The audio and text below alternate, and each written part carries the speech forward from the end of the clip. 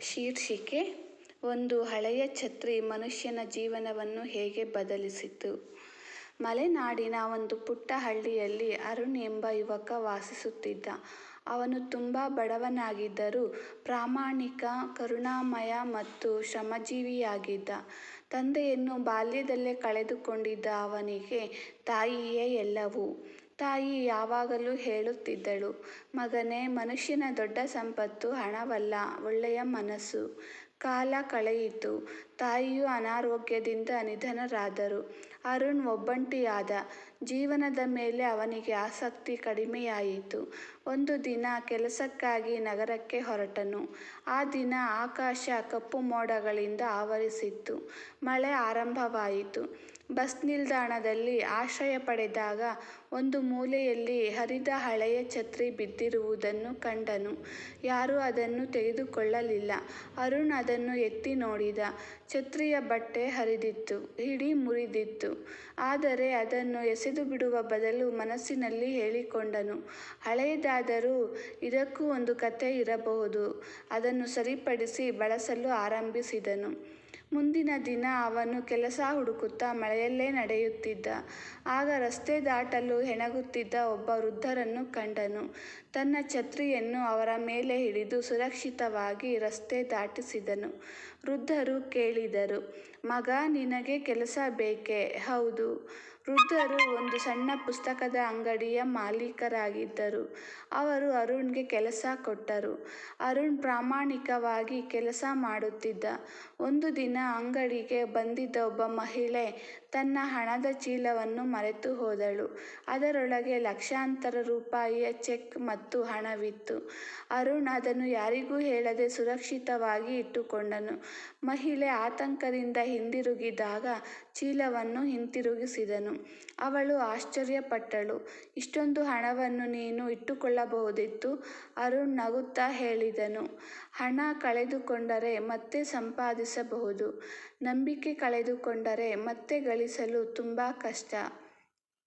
ಆ ಮಹಿಳೆ ದೊಡ್ಡ ಪ್ರಕಾಶನ ಸಂಸ್ಥೆಯ ಮುಖ್ಯಸ್ಥೆಯಾಗಿದ್ದಳು.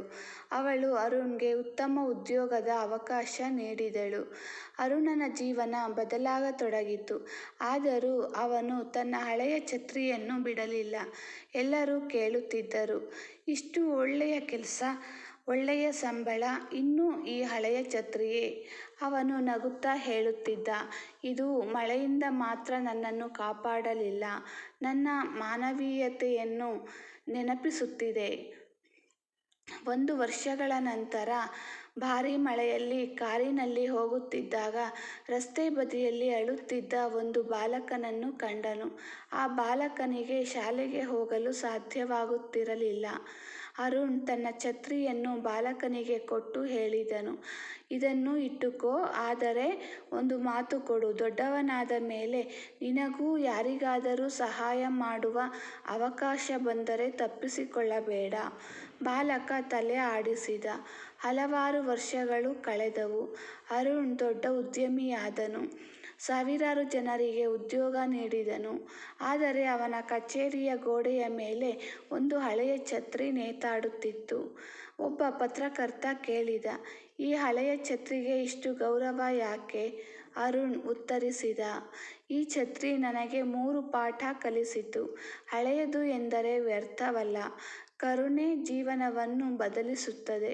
ಒಳ್ಳೆಯ ಕೆಲಸ ಯಾವತ್ತೂ ವ್ಯರ್ಥವಾಗುವುದಿಲ್ಲ." ಕೆಲ ದಿನಗಳ ನಂತರ ಒಂದು ದೊಡ್ಡ ಕಾರ್ಯಕ್ರಮದಲ್ಲಿ ಒಬ್ಬ ಯುವ IAS ಅಧಿಕಾರಿ ಮುಖ್ಯ ಅತಿಥಿಯಾಗಿ ಬಂದರು. ಭಾಷಣದ ವೇಳೆ ಅವರು ಹೇಳಿದರು, "ಇಂದು ನಾನು ಇಲ್ಲಿದ್ದರೆ ಅದರ ಕಾರಣ ಒಬ್ಬ ಅಪರಿಚಿತ ವ್ಯಕ್ತಿ." ಎಲ್ಲರೂ ಆಶ್ಚರ್ಯಪಟ್ಟರು.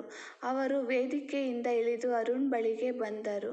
"ಸರ್, ನನಗೆ ನೆನಪಿದೆಯೇ, ವರ್ಷಗಳ ಹಿಂದೆ ಮಳೆಯಲ್ಲಿ ನೀವು ನನಗೆ ಕೊಟ್ಟ ಹಳೆಯ ಛತ್ರಿಯೇ ನನ್ನ ಬದುಕನ್ನು ಬದಲಿಸಿತು. ಆ ದಿನ ನಾನು ಶಾಲೆಗೆ ಹೋಗಲು ಸಾಧ್ಯವಾಯಿತು, ಓದನ್ನು ಬಿಡಲಿಲ್ಲ. ಇಂದು ನಾನು IAS ಅಧಿಕಾರಿಯಾಗಿದ್ದೇನೆ." ಅರುಣನ ಕಣ್ಣುಗಳಲ್ಲಿ ಸಂತೋಷದ ಕಣ್ಣೀರು ತುಂಬಿತು. ಸಭಾಂಗಣದಲ್ಲಿದ್ದ ಎಲ್ಲರೂ ಎದ್ದು ನಿಂತು ಚಪ್ಪಾಳೆ ತಟ್ಟಿದರು. ಆ ದಿನ ಅರುಣ್ ಅರಿತುಕೊಂಡನು, ಒಂದು ಹಳೆಯ ಛತ್ರಿ ಮಳೆಯಿಂದ ಮಾತ್ರ ರಕ್ಷಿಸಲಿಲ್ಲ, ಅದು ಒಂದು ಜೀವನವನ್ನು, ನಂತರ ಸಾವಿರಾರು ಜನರ ಜೀವನವನ್ನು ಬದಲಿಸಿತು. ನೀತಿ: ಒಂದು ಸಣ್ಣ ಒಳ್ಳೆಯ ಕೆಲಸವು ಅನೇಕ ಜೀವಗಳಿಗೆ ಬೆಳಕಾಗಬಹುದು.